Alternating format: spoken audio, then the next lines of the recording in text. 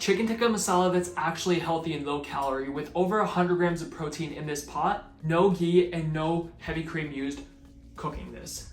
If you want to meal prep it, you can put it in meal prep containers like that. When I was little, a new Indian restaurant opened up in the town I grew up in. So me and my family went there and we were eating chicken tikka. We were the only people in the restaurant, so it was really empty. And the chef came out from the kitchen and started talking to us. And he was like, we make the best chicken tikka in town. We're the best Indian restaurant in town. And we asked the chef, what is your secret? And the chef was like, we actually use tandoori chicken from yesterday in today's chicken tikka masala.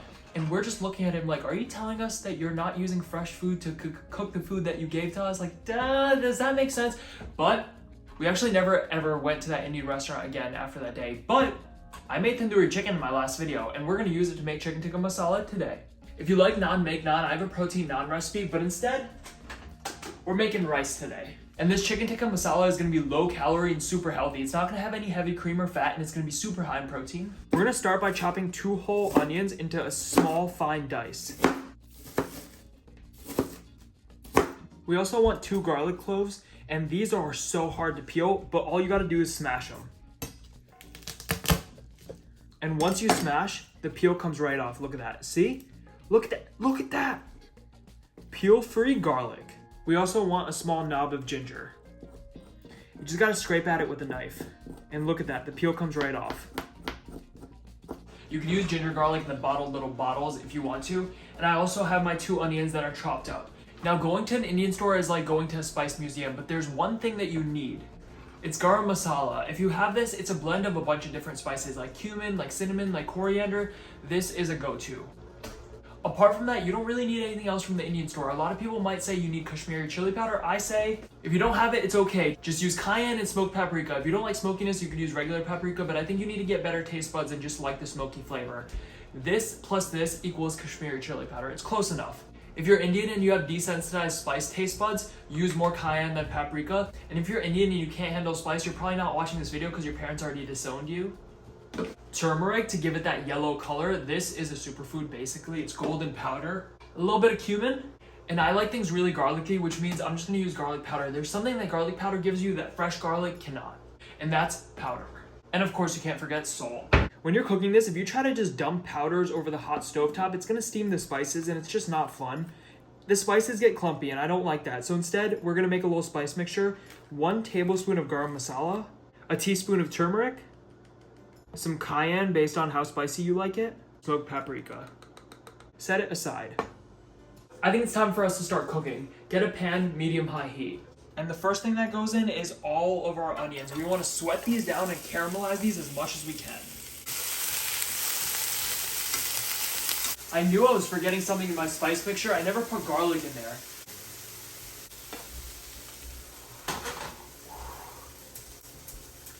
Don't touch your eyes. You're handling spicy food. Man, onion, I hate, it's so frustrating. So I'm waiting for the onions to look like they're about to burn. When that's happening, I'm gonna add in the garlic and the ginger. Why? Because if I added it in earlier, garlic and ginger burn quickly, especially garlic. Also, tomato ketchup. I'm gonna add it in at the same time. Ooh, I don't have tomato paste. Tomato ketchup works great. It adds a sweetness that this needs. So, the simple man's tomato paste is tomato ketchup. And for this and many other recipes, check out my cookbook in the description. Garlic and ginger go in and saute this. Okay, now the onions actually look like they're gonna burn. You see those? It looks like it's gonna burn. Tablespoon of tomato ketchup and mix this around. Your little thing of spices also go in right now because we want to toast the spices a bit.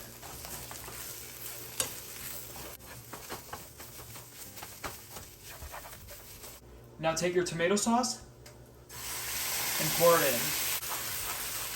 Mix this up.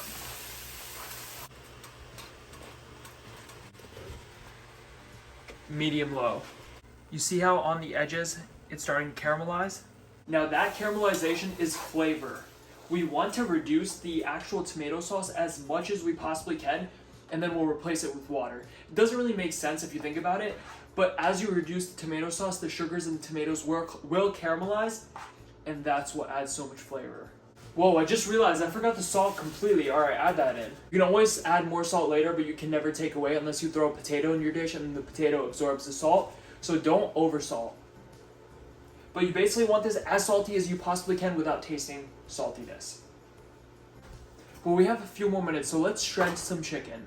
I'm gonna start by weighing out 340 grams of chicken thighs. This is equivalent to 1 pound of raw chicken thighs, but when chicken thighs are cooked, they lose a lot of moisture. Now shred this up with your hands. You don't want to chop it with a knife because you want uneven pieces. You want to have some pieces that are big, some pieces that are small, and that is how you have a party in your mouth. And with chicken thighs, you don't really have to worry about overcooking it. I mean, the more you cook it, the more stickier and softer they get. It's pretty awesome. And erythritol is back, baby. The best sweetener ever. It's so much better than sugar because it doesn't have the calories. You need a little bit of that sweetness to balance out that spicy and tanginess.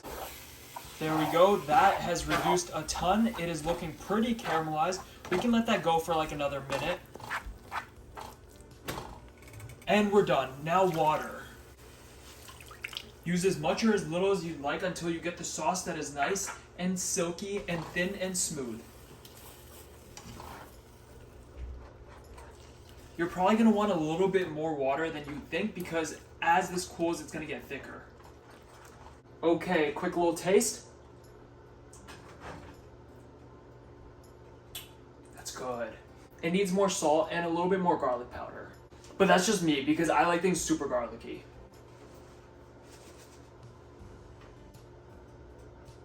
Lower the heat to low, like low. I added some more water in to get that gravy consistency, and now we're gonna go in to make this super creamy, not heavy cream Greek yogurt. Non-fat Greek yogurt. It's gonna add so much protein, so much creaminess. And look at that beautiful orange color. Now, take all your chicken and dump it straight in. This is gonna be a chunky chicken tikka. Carefully mix.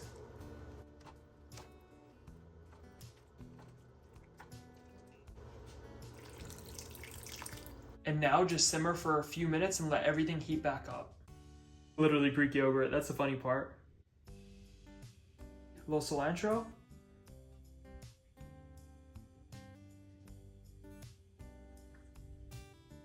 Chicken tikka masala that's actually healthy and low calorie with over 100 grams of protein in this pot.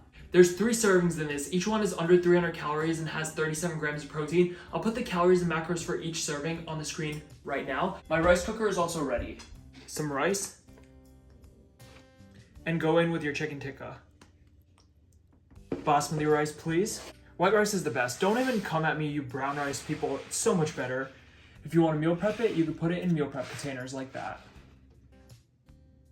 You get a little rice, a lot of gravy,